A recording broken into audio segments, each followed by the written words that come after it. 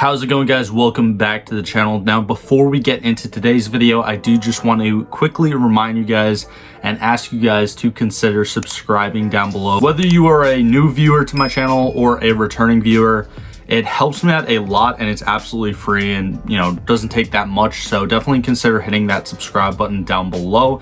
But getting into today's video, we're going to be talking about a new SUV, which is very, very promising and has already kind of proven itself on a couple test runs on the track. And that is, of course, this 2023 Aston Martin DBX 707. Now, you can see from this article written by Car and Driver, which I will link down in the description below if you guys want to go check it out. It was recently tested on the 1.1 mile Stowe circuit at Silverstone, which is in the UK. And basically not much has changed from this DBX 707 from the normal DBXs. Now, if you haven't already, I actually did do a full-on review for Aston Martin DBX. I'll link that on top of the video right now, so check that out if you want to see the kind of normal variant of the Aston Martin DBX in action. But the DBX does have the twin turbo AMG engine. It is a V8 and it's also the same one that's found in the DB11s. Now, I do think the current DB11s, they come in either a V12 or the V8.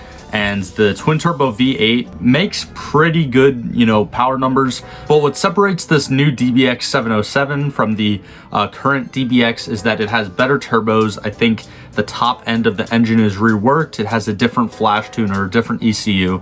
And also probably the biggest drivetrain change from this DBX 707 to the normal DBX is that this DBX 707 is going to have a 9-speed automatic transmission, which is slightly different and I think has a steeper gear ratios.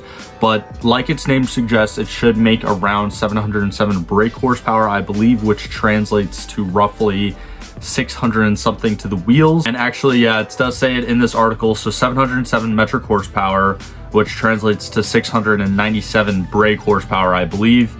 And like it really suggests, there's no real major changes to the 4-liter AMG V8, but like I did previously state, has different turbos, the top end's reworked, has a different ECU, also has a different exhaust and intake systems, so that definitely allows the engine to get opened up even further. And the author of this Car and Driver article did say that the CEO Tobias Moores, I guess, went on a drive with him and they kind of did an interview while test driving the vehicle. And he kind of briefly states how he went purposely over some of the speed bumps or the curbs just to see how the SUV handles, and it pretty much just eats them right up. So not much has changed from the DBX to the DBX 707 when it comes to, I guess, the suspension and the handling of the thing. And I remember back to when I drove the 2021, I believe, Aston Martin DBX that I did a review on the channel. And I mean, that thing handled fantastic. I did kind of rip on it a little bit because I'm a little bit annoyed how these manufacturers such as like Lamborghini, Ferrari, Aston Martin are kind of making SUVs now and a little bit being somewhat of a sellout to like the normal everyday consumer and not, staying true to their history with cars and cars alone. But with that being said, I mean, there's still amazing machines. And honestly, this one, if everything here is correct, and we'll see what happens when it actually gets produced, because right now it's just in the prototype phase, but if everything here is correct, this honestly definitely should be the fastest SUV in the world. Now, the DBX is certainly going to be faster than some of its luxury SUV counterparts when compared to the Rolls-Royce Cullinan, which I think only has 600 even brake horsepower and it weighs a lot more. And also the Bentley Bottega Speed, which I think is in the 620s when it comes to horsepower, as well as the Lamborghini Urus, which does not come anywhere close to that 700 horsepower mark. Now, I know we keep repeating 700 horsepower, so I, as well as probably a couple of you guys, are probably thinking about some of the Mopar SUVs. And yes, of course, the Jeep Trackhawk has 707, as well as the new Hellcat Durango that Dodge has made. But after a quick search, you can see that the Trackhawk curb weight is just under 5,400 pounds. And the Hellcat Durango is even higher, just over 5,700 pounds.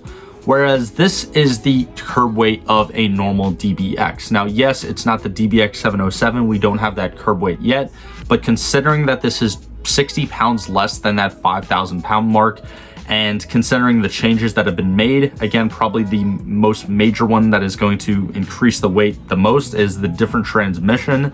But let's just say, hypothetically, even all that stuff is, I don't know, an increase of 400 or 300 pounds.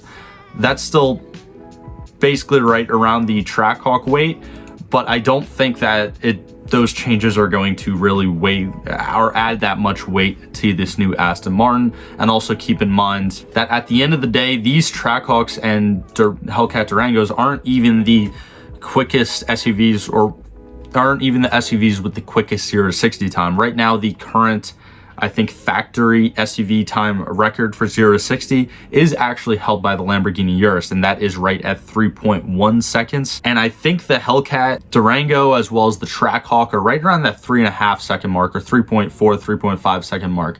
So there's definitely plenty of other factors that come into a 0 to 60 time.